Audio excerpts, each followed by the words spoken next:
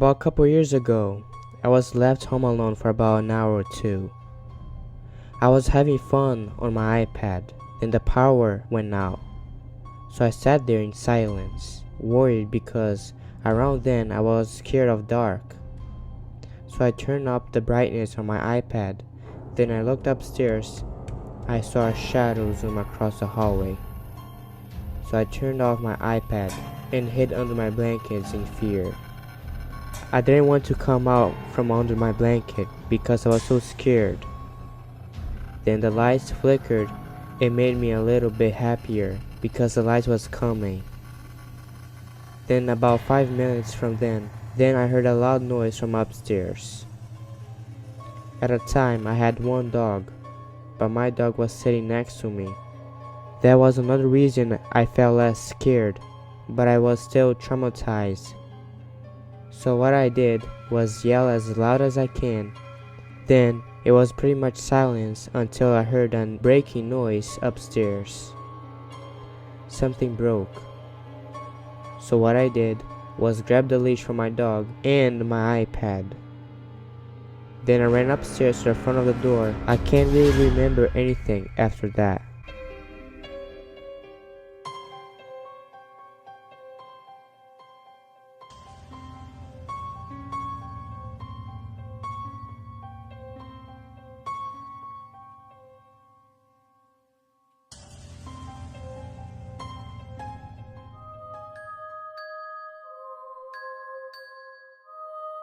I recently moved into a new house built in the 1800s. When we first went in, the house looked like it's been vacant for years.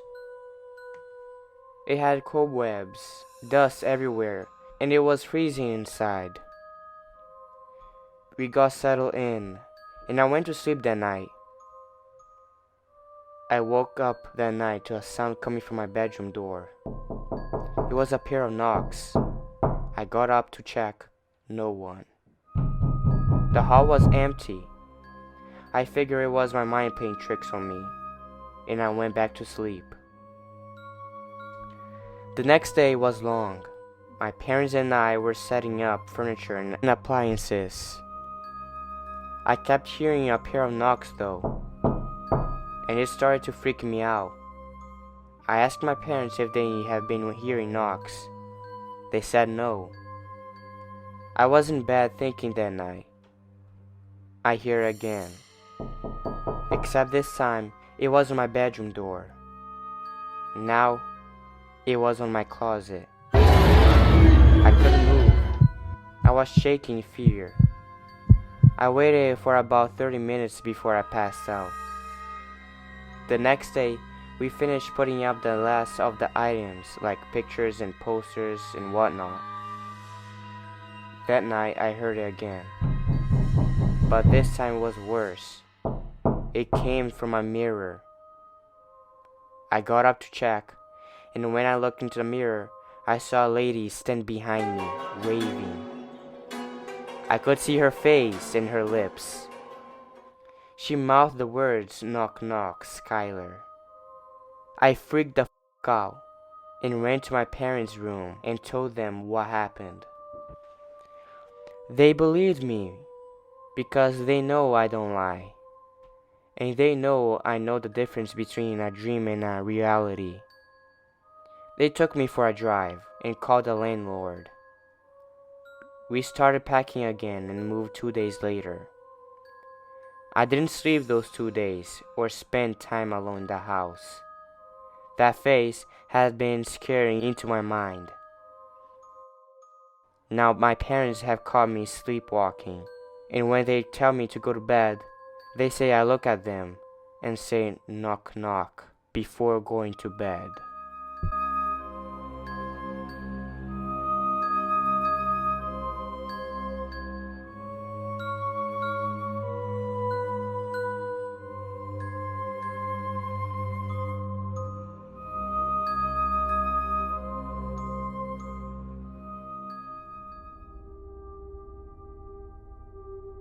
I'm 16 now, so this happened a little while back. I was about 9 or 10. I can't remember exactly. a friend and I went out to eat with our parents. For a bit more context, my parents are both detectives. However, this friend and I only went with our moms. I went up to the buffet to serve myself, and as I come back to the table, I noticed a guy walking in. He was tall with a thin greasy hair. He was a skinny guy with glasses, and he was wearing a black suit and well-polished shoes. So polished, in fact, that you could see your reflection. He glanced over at me and smiled. I was awkward, and still am, so I glanced over at him and quickly glanced back down at my plate. I sat down at my table, and the man sat down on the table next to mine. He was holding a large presentation folder. He looked like a businessman, or so he may have been. As I was about to shove a spoonful of food in my mouth, I glanced up and he looked at me. He started asking my friend and I creepy questions like, "What school do you go to? How old are you? You can sit here if you would like." My mom, being a cop, obviously knew about the stranger danger. She asked the man politely to leave us alone as we ate our food, but he ignored her. He wouldn't stop asking us these questions. I wasn't that scared when we left. I just thought it was a bit odd. I found out the day later he was registered child sex offender who had raped someone before. In my mom's word, he was a bad man who did bad things to kids. My mom only found this out by looking at the database at work. The court case happened as he wasn't allowed to have contact with us because he was dangerous. I'm 16 now, and a few months ago, I was with my dad getting my hair cut. I glanced up from staring at the sidewalk, and the man was there. He gave me the same creepy smile. He had the same gray, thin, greasy hair, same glasses, wearing a blue shirt and jeans. Only this time, when I glanced down, I noticed that he had a tag on his ankle. Creepy sex offender, man. Let's not meet again.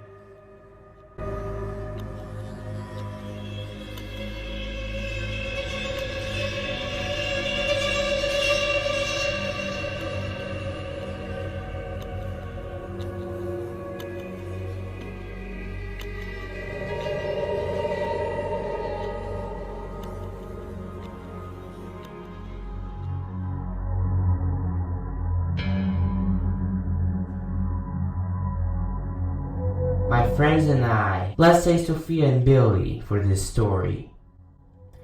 We were walking on one side of the street and we saw a normal looking man on the other side. Keep in mind, we were 11 and we were kind of stupid. But anyways, the man walked over to the other side of the street where we were. Not thinking much of it, we just kept walking. Then he tapped Billy's shoulder, and she turned around, frightened. At this point, we were all turned around. He said, quote unquote, "Can you girls help me find my puppy? I can't find her." Being stupid, we went with him to help him find his puppy. We ended up around half a mile from my house, walking towards a blue Honda.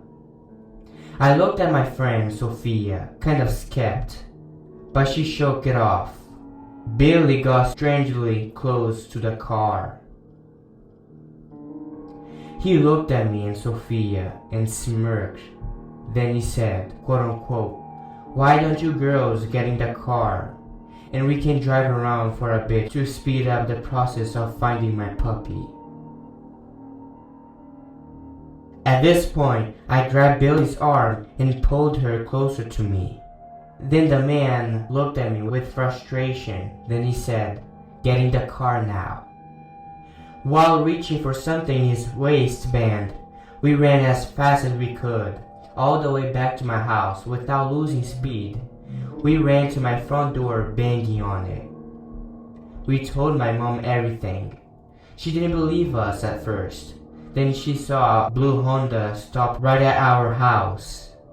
Then she called the police, but he drove away before they could get him. To this day, every time my friends and I get together walking, we bring pepper spray.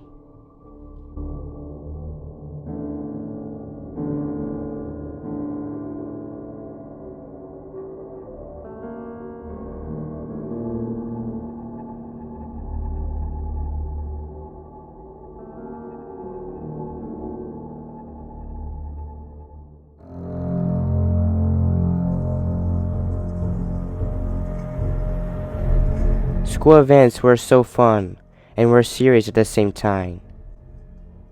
Back then, you see there just around 360 students in our high school. All in all, so whenever there were school activities, like a camp, the administrator would group random students from each class and level in one group. Due to that, students learn socializing with their juniors/seniors. And to tell you, we were able to have fun while being competitive. A week or two before our school activity, teams will be announced and members would start meeting and practicing for the different games, competitions, and whatnot. One day, our group practice took so long since everything was being more intense as the activity drew nearer. The sun had set already when we finished, and I left my bag in our classroom. Yep, we didn't have lockers back then. Our room was located in one of the oldest buildings in the campus, same building with the faculty rooms. There were stories of a ghost that lurked around the building, especially at night. As a freshman that year, I was kinda buying it. Good thing I had a classmate who belonged to the same group as I was, and who also left his stuff in our classroom. Almost all the lights in the building were turned off. When we left it, and a bright light coming out of the gym was the only source we had to see the pathway to the main gate of the campus. The light shone from our left side, and the walls of the old building was on our immediate right. Our shadows were cast on the wall, almost as tall as we were. My friend and I were talking about the upcoming school event when I noticed a shadow on the wall, almost as tall as our shadows. It was of a person going opposite to our shadow's direction, even though there was no one in front of us. And who else would go to the old building at that time? I just shrugged it off until I saw in my peripheral view the shadow completely join ours and continue its way to the old building. I stopped, talking at the same time, and I told my friend to hurry up, for we may miss our school service. Once we reached the gate, my friend told me that he saw something while we were walking, and I said a shadow that was going opposite our way. He just stared at me and said, "Yeah," and I couldn't respond to our chat as I was creeped out by it. Yeah, me too. I saw it too.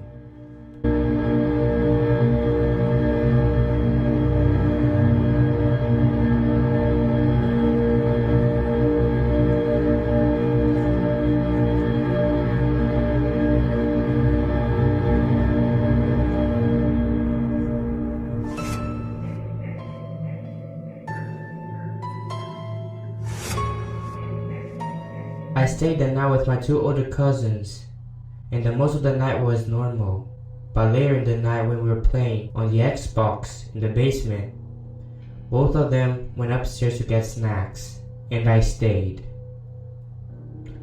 When they were up there, I heard a very deep smoker cough coming from a separate room in the basement. I ran upstairs. Then I went back down with them, but this time the door on a room was wide open. I mentioned to my cousins, but they didn't believe me. When we were getting ready to go to sleep, my oldest cousin went upstairs and my other cousins stayed down. When my oldest cousin and I were upstairs watching TV, about to pass out, we heard a yell come from the basement. My other cousin that was down there ran up the stairs and slammed the basement door shut. What he told us still disturbs me to this day. He said he heard a loud growling, then he seen a super tall demonic figure in that room, and its head was touching the ceiling, which was around 9 feet tall.